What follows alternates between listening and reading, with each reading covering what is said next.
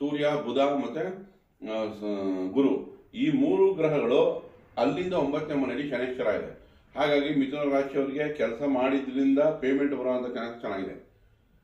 So ಲಾಭಗಳಾಗಲಿ, payment ಬರೋದಾಗಲಿ, ನಿಂತಿರೋ ಕೆಲಸ ಪುನರಾರಂಭ ಆಗೋದಾಗಲಿ, ಎಲ್ಲ ವಿಷಯಕ್ಕೂ ಮಿಥುನ ರಾಶಿಯವ್ರಿಗೆ ತುಂಬ ಚೆನ್ನಾಗಿದೆ. ನೋಡಿ, ಮಿಥುನ ರಾಶಿಯವರಿಗೆ 3ನೇ ಮನೆಯಲ್ಲಿ ಕೇತು ಸಂಚಾರ ಮಾಡ್ತಾರೆ.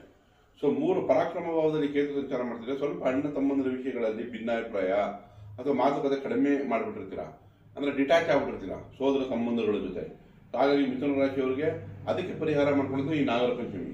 ನಾಗರ ಪಂಚಮಿ ದಿವಸ ಅಣ್ಣ ತಮ್ಮಂದ್ರನ್ನ ಮನೆ ಕರೆದು ಅವ್ರಿಗೆ ಸಿಹಿ ತಿಂಡಿ ಕೊಡಿ, ಅವ್ರ ಜೊತೆ ಒಳ್ಳೆ ಮಾತಾಡಿ, ಇಲ್ಲ ಸುಬ್ರಹ್ಮಣ್ಯನ ಆರಾಧನೆಗಳನ್ನ ಮಾಡಿ, ಅದು ನಿಮಗೆ ಖಂಡಿತ ಕೇತು ಪರಿಹಾರ ಆಗುತ್ತೆ. ಹಾಗೆ ಗಣೇಶನ ದೇವಸ್ಥಾನಕ್ಕೆ ಹೋಗಿ ಒಂದು ಅರ್ಧ ಗಂಟೆ ಕೂತಿದ್ದು ಬನ್ನಿ, ಅದು ಕೂಡ ನಿಮಗೆ ಪೂಜಾ ಪರಿಹಾರ ಆಗುತ್ತೆ.